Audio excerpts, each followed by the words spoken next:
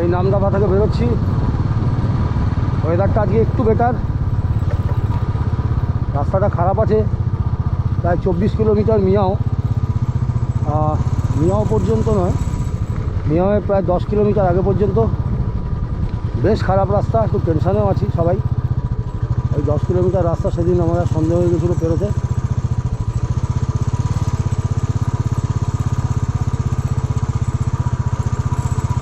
মানিকদা হেঁটে হেঁটে যাচ্ছে, কেননা ডবল ক্যারি করা এই উঁচু জায়গাটা একটু চাপ। মানিকদা এসো আস্তে আস্তে, আমরা দাঁড়াচ্ছি। এটা পিছলও আছে বেশ।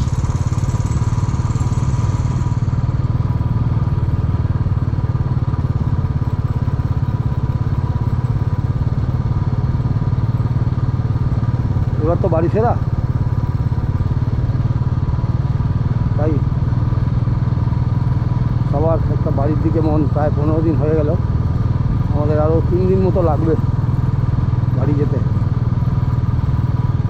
আর বিজয়নগর পর্যন্ত রাস্তা হওয়াতে পশু পাখি একটু ভেতর দিকে চলে গেছে। ন্যাচারালি গাড়ি চলাচল করে, হর্ন হয়, লোকের কোলাহল,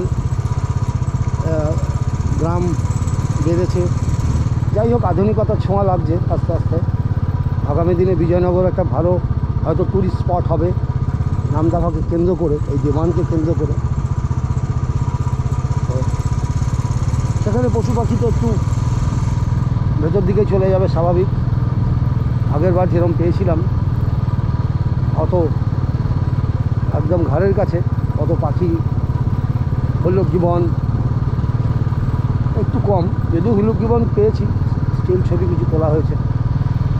যাই হোক,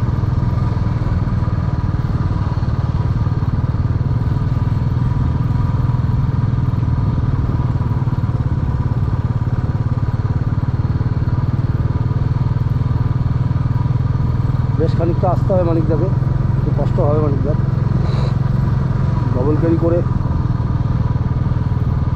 যাই হোক, এতটা আশা হয়েছে, তাও একটা ফ্যাক্টর।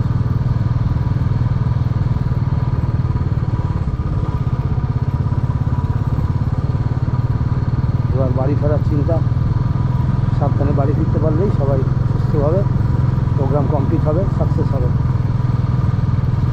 এখন 8:45 বাজে, আমরা 9টায় বেরোবো ঠিক করেছিলাম। যাই হোক, আমরা একটু আগেই হয়ে গেছে।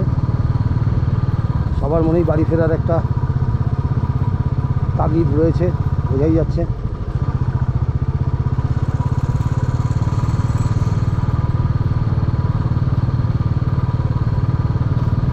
এইখানে সেই সাইনবোর্ডটা নামদাফার, আমরা এখানটা দাঁড়াবো, একটু ছবি নেবো।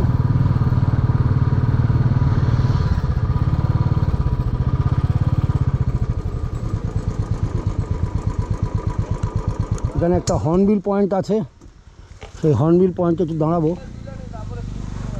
হ্যাঁ,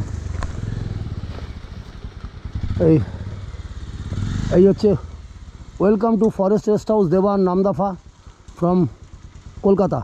বাইকটা ওখানে না, একটু এগিয়ে একদম ঢাকা পড়ে যাবে। হ্যাঁ হ্যাঁ হ্যাঁ,